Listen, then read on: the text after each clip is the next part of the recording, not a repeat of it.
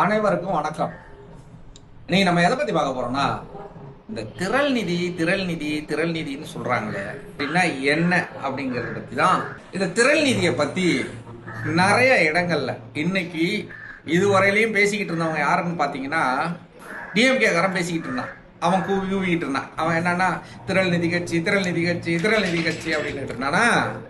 இப்ப ஒரு புதுசா வந்த அரசியல்னா என்னன்னே தெரியாத, எதை பத்தியும் அக்கறை இல்லாத, இந்த ஊர்ல சொல்லுவோம்ல, யானோ தானோன்னு தெரியுமா, அவனை பார்த்தா சொன்ன அவன் கடந்துட்டு போறான்டா தருதலை பையன் அப்படின்னும்ல, அந்த மாதிரி இன்னைக்கு அரசியல்ல ஒரு குறிப்பு திரள் நிதி சீமா. திரள் நிதியில வாழ்ந்தார் இப்படின்னே சொல்லிட்டு இருக்கானே. இவனுக்கு திரள் நிதினா என்ன பஸ்ல என்ன எனக்கு தெரியல. இதுவரையிலையும் கிரவுட் பண்டிங் எல்லாரும் வாங்கினது தானே. எல்லாரும் நிதி வாங்குறாங்க, எல்லாரும் நிதி வாங்குறாங்க. ஆனா சீமா மட்டும் தான் நிதி வாங்குறாரா? சரி, சீமா தான்ப்பா நிதி வாங்கி வாழ்றாரு அப்படின்னு சொல்றான். இவனுங்களை பார்த்தா நான் கேட்குறேன், திருமாவளவன் எந்த கம்பெனியில் வேலை பார்க்குறாரு? ஐடி கம்பெனியில் வேலை பார்க்குறாரா? ஐயா அன்புமணி ஐயா எந்த கம்பெனியில் வேலை பார்க்குறாரு? ஐடி கம்பெனியில் வேலை பார்க்குறாரு? இல்லை மருத்துவராக வேலை பார்த்துட்டு இருக்காரு? இல்லை மு க ஸ்டாலின் அவர்கள் எங்கே எப்படி விவசாயம் பண்ணிக்கிட்டு இருக்காரு? காலையில் மண் வெட்டி எடுத்துக்கிட்டு கோமணத்தை கட்டிக்கிட்டு அண்டை வெட்டிக்கிட்டு இருக்காரா? எடப்பாடி என்ன பண்ணிக்கிட்டு இருக்காரு?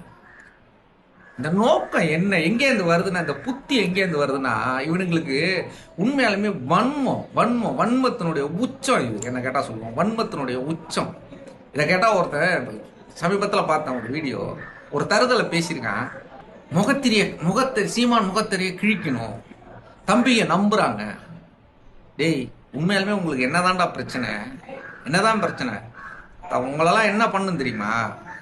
அவ்வளவு கோபம் வருது. என்ன திரள் நிதியிலே வாழறான்னு சொல்றீங்க?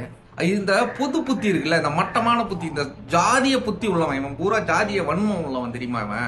இவன் பார்த்த உடனே அவன் அந்த ஜாதிகாரன், இவன் இந்த ஜாதிகாரன் பேசுவான்ல, அது மாதிரி பேசுற நாய்க. இந்த நாய்க பூரா அப்படிதான் பேசும்.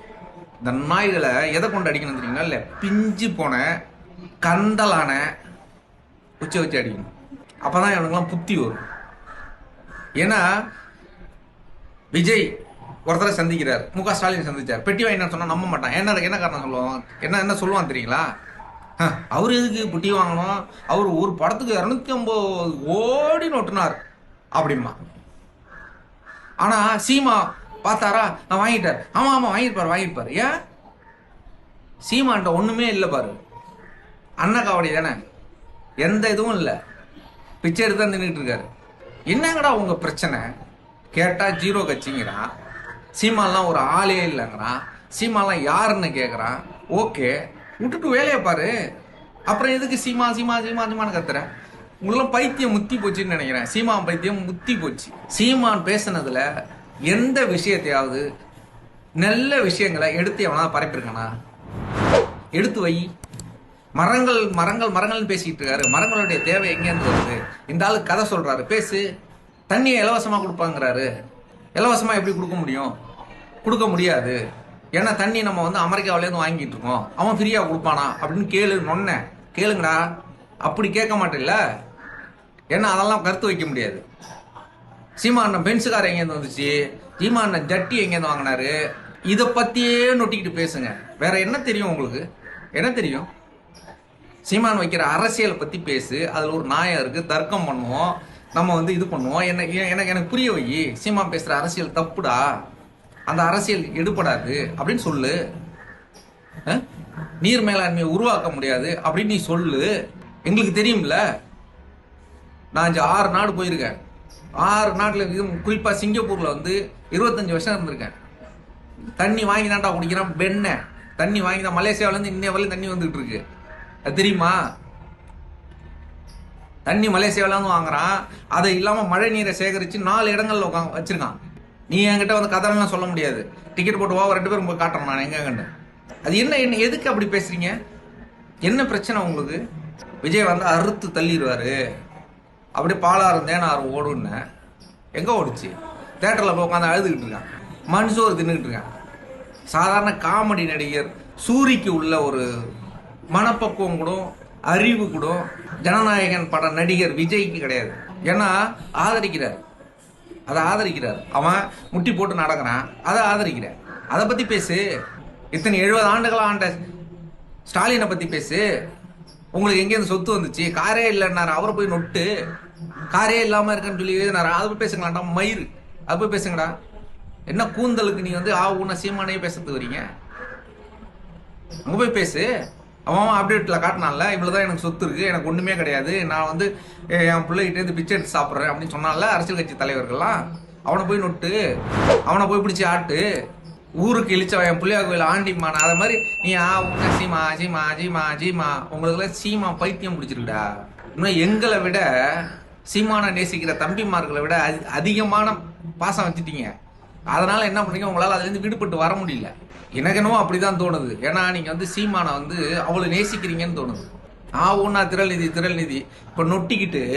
இப்ப நான் கேட்கறேன் கேள்வி மயிறு, எவனாவது அறிவு மயிறு இருந்தா சொல்லுங்கண்ணா. இப்ப வந்து தமிழக முதலமைச்சர் விஜய்க்கு பிறந்த நாள் வந்துச்சு, அன்னைக்கு வந்து நலத்திட்ட உதவி பண்ணானே, எங்க இந்த மயிரில் இருந்து பண்ணீங்க? எங்க இது காசு வந்துச்சு உனக்கு? எங்க இது காசு வந்துச்சு? யாரு கொடுத்தா? சொத்தை வித்தியா? நிலத்தை வித்தியா? பொண்டாட்டி தாலியை வித்தியா? எதை வித்த? எப்படி போட்ட? விலையெல்லாம் உனக்கு அதே திமுக செஞ்ச வேலையை நீனும் பாக்குறியா? அன்னதானு போடு. எங்கேருந்து வருது காசு? யார் செஞ்சு கொடுக்குறா? எவனோ ஒருத்தன் உழைப்புல இருந்தானே எடுத்தீங்கிற கொடுக்குற. ஒரு சொந்த கை காசு கொடுக்குறியா? வீடியோ பைத்தங்களா எல்லாம்? வீடியோ எதை எடுத்தாலும் வீடியோ ட்ரெண்டிங் ஆகணும், அதாகணும் அப்படி போடுறது. இழவு கொடுக்கணும்னா ஷார்ட்ஸ் ரீல்ஸ் எடுக்கிறது, அதை பத்திலாம் கேட்க மாட்டேன். ஒரு நல்ல விஷயத்துக்காக போராடினா இன்னைக்கு எத்தனை பேருக்குடா தெரியும்? என்னென்ன விஷயத்துக்காக நாம் தமிழர் கட்சி போராடிட்டு எத்தனை பேருக்கு தெரியும்?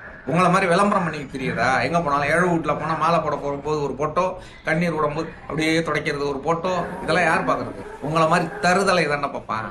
கொஞ்சம் கூட எதுவுமே கிடையாது. சுத்தமா மாட்டு மூலடா.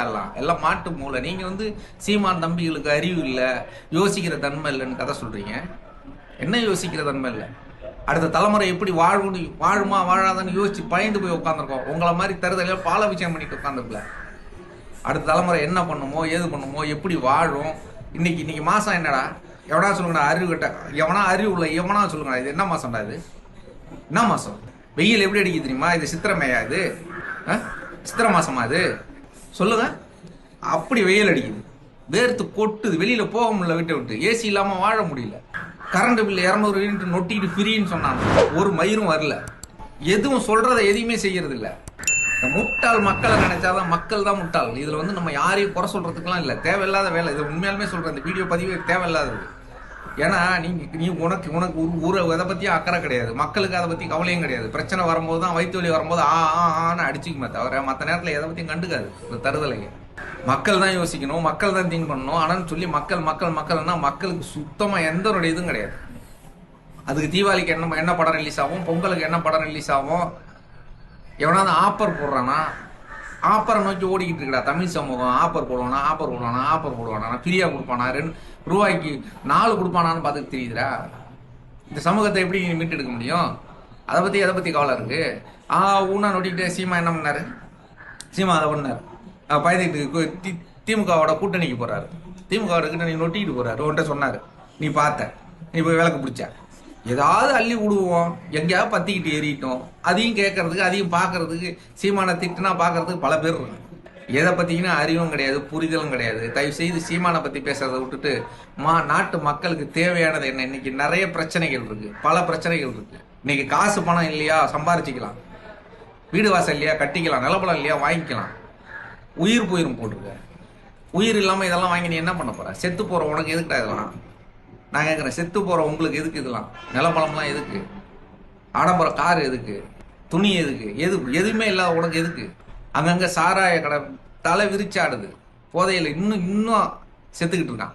குழந்தைகளுக்கு எதை பார்த்தாலும் பயம். இன்னைக்கு இருக்கிற குழந்தைங்க ஆரோக்கியமா இருக்கானா? இல்ல, பொம்மை மாதிரி இருக்கு. புள்ள வைக்க முடியல, அந்த அறிவு மயிரெல்லாம் கிடையாது. புள்ள வைக்க முடியல, ஆஸ்பத்திரியில போய் ஊசி போட்டுக்கிட்டு வர புள்ள வைக்கிறதுக்கு. இதை பத்தி யோசிச்சிருக்கேன் என்னைக்காவது? சீமா நொட்டுனாரு, சீமா புடுங்கினாரு, சீமா இது பண்ணாரு, இதையே பேசிக்கிட்டு உட்காந்துருக்க. புற்றுநோயால ஒரு பக்கம் செத்துக்கிட்டு இருக்கான் தமிழன், பாதி தமிழன். சிறுநீரக செயலிழப்பால பாதி தமிழன் செத்துக்கிட்டு இருக்கான். எதை பத்தியும் கவலை கிடையாது. சீமா கார் வாங்கினாரா? சீமா காருக்கு டயருக்கு இது ஆக்சிஜன் ஏத்தினாரா? இது ஏத்தினாரா? தண்ணியில ஓடுதா இல்ல பெட்ரோல்ல ஓடுதா? இந்த ஆராய்ச்சி மயிரே பண்ணிட்டு உட்காந்துருங்க. ஊரு கட்டுறவங்க வேற ஏதாவது வேலை இருந்தா நல்ல வேலைகள், மக்களுக்கு தேவையானதை எடுத்து பேசுங்க, தேவையான விஷயங்களை சொல்லுங்கடா. அதான் சரியான கருத்தாக இருக்கும். முட்டாள் மாதிரி பேசாதீங்க, புரியுதா? தயவு செய்து சொல்கிறேன், ஏதாவது தப்பாக பேசியிருந்தா மன்னிச்சிங்க. என்னால் முடியல, எப்போ பார்த்தாலும் தனியான அந்த ஆளுக்கு 2.5 மாசமாக ஒரு இடத்துல உட்காந்தவர் வெளியிலேயே வரல. அவரை பற்றி பேச வேண்டிய தேவை என்ன? அவ்வளோ பயமாடா அவங்களுக்கு? தொடர்நடிங்கலாம் ஜெயிக்காத கட்சியை பற்றி ஏன்டா பேசுறீங்க? அதான் ஜெயிக்கல, இல்லை ஜெயிக்க முடியாதுன்னு தெரியும்ல, அப்புறம் என்னத்துக்கு பேசுறீங்க? அப்புறம் என்ன எதுக்கு பேசுறீங்க? தயவு செய்து சொல்கிறேன், தேவையில்லாமல் ஒரு எதுக்கும் பயன்பாடு இல்லைன்னு சொல்லிட்டீங்க, பயன்பாடு இல்லாத பற்றி ஏன் பேசுறீங்க? இந்த ஊரில் பொம்பளைங்க பொருளை பேசுவாங்களா, அது மாதிரியே பொருளை பேசி தெரியுறீங்க. எனிவே தயவு செய்து சொல்கிறேன், ஆக்கப்பூர்வமான விஷயங்களை சோசியல் மீடியாக்கள்லையோ சமூக வலைதளங்களில் பேசுங்க. தேவையில்லாத விஷயங்களை பேசி பேசி நிறைய கருத்துக்கள் இருக்கு. சீமான் எடுத்து வச்ச முன் வச்ச கருத்துக்கள் நிறைய இருக்கு. மருத்துவம் ஃப்ரீ, கல்வி ஃப்ரீ, தண்ணீர் ஃப்ரீன்னு சொன்னாரு. அது சாத்தியம் இல்லைன்னு வாதாடுங்கடா, தனியான வாதாடுங்க. இப்படி இருக்கு, இப்படி இது எப்படி ஃப்ரீயா கொடுக்க முடியும், இது எப்படி செய்ய முடியும் கேளுங்கடா மயிருங்களா. தெரிஞ்சவங்க தயவு செய்து சொல்றேன், தேவையில்லாம பேசாதீங்க. நன்றி, வணக்கம்.